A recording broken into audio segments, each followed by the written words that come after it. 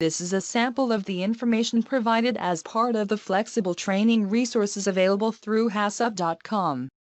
Our training courses are designed to provide training participants with an understanding of food safety and quality system elements and also offer user-friendly assessment activities and competency checklists to complete the training cycle.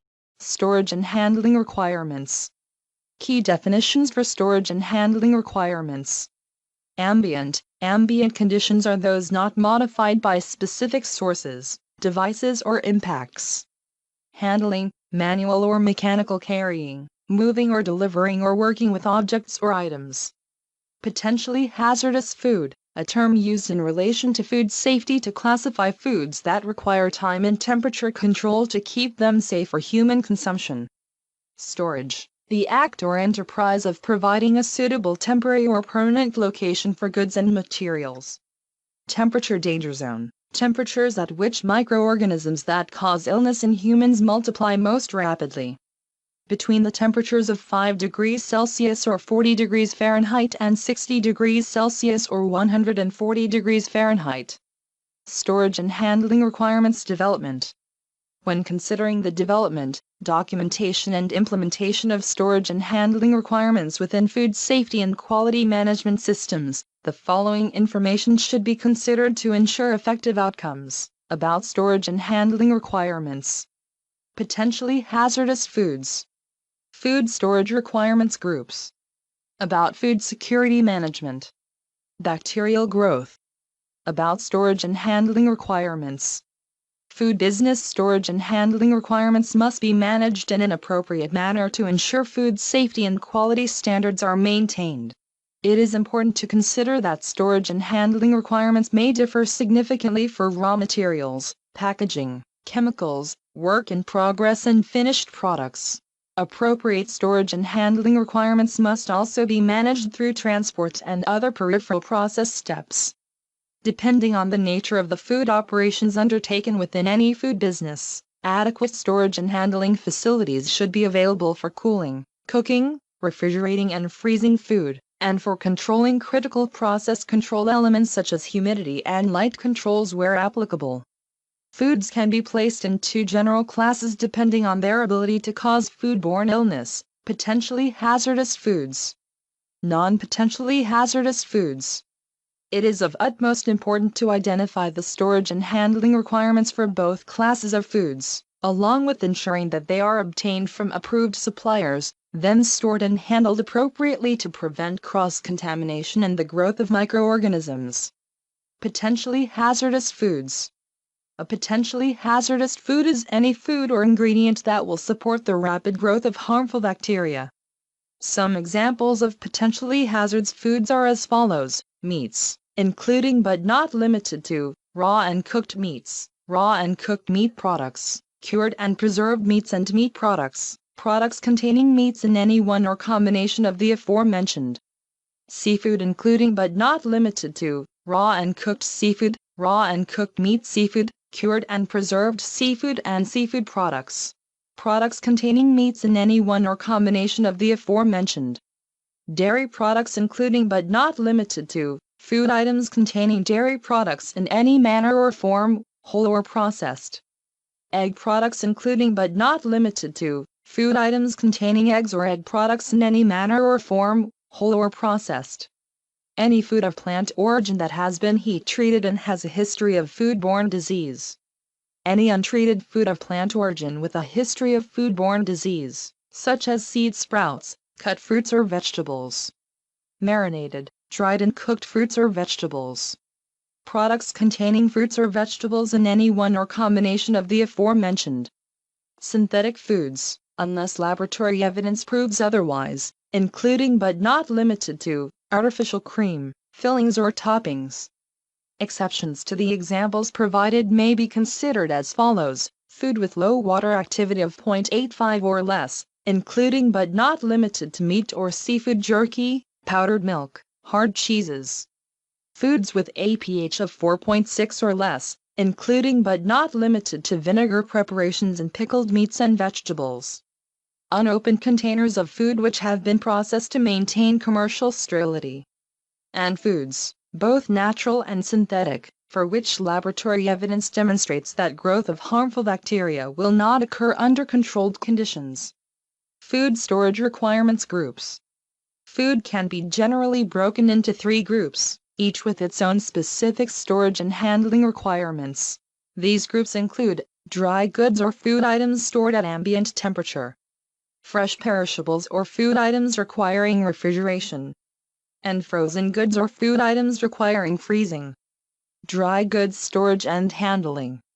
Dry goods storage includes a wide range of products such as some varieties of fresh fruit and vegetables, dried foods such as pasta and cereals, dried legumes, oils, chocolate, dried herbs and spices, food ingredients and canned and bottled foods. The majority of dry goods are classified as low risk, as they are stored at ambient temperatures and generally have a long shelf life. Dry goods must generally be stored and handled in environments free of moisture at all times, as an alteration in water activity may produce an opportunity for bacteria to grow. As with general storage and handling requirements, dry goods must be stored away from potential contaminants such as chemicals or cleaning and sanitation equipment or utensils. Suitable and adequate ventilation should be provided within dry store areas to ensure control of issues such as mold growth.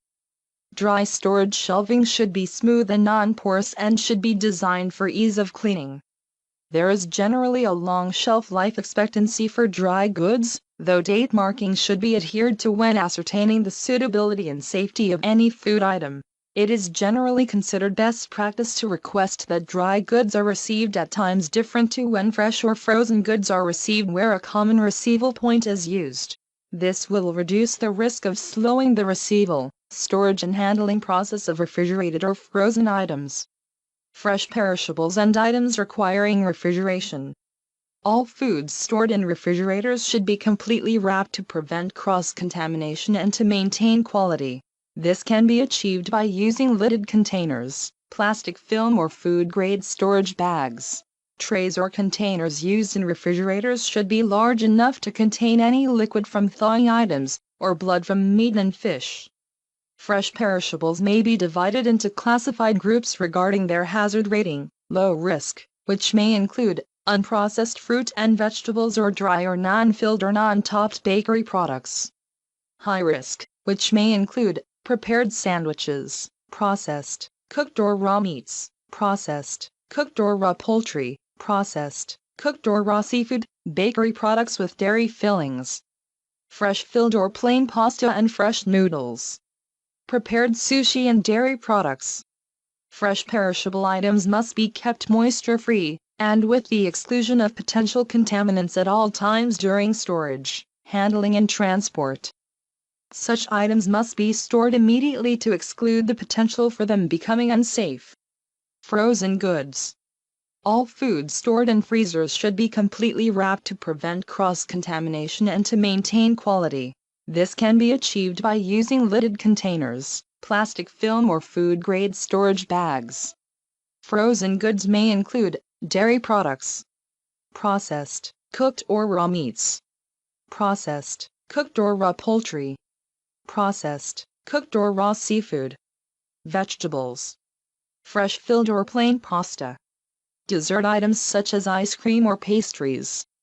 It is important to control moisture within freezer storage areas, as excess moisture may cause ice formation and frost, which may potentially contribute to product quality issues or damage to packaging. Dehumidifying units are often fitted to freezer storage areas within high humidity locations. These basically dry the air within the freezer unit, which in turn reduces excess moisture, which causes icing and frosting.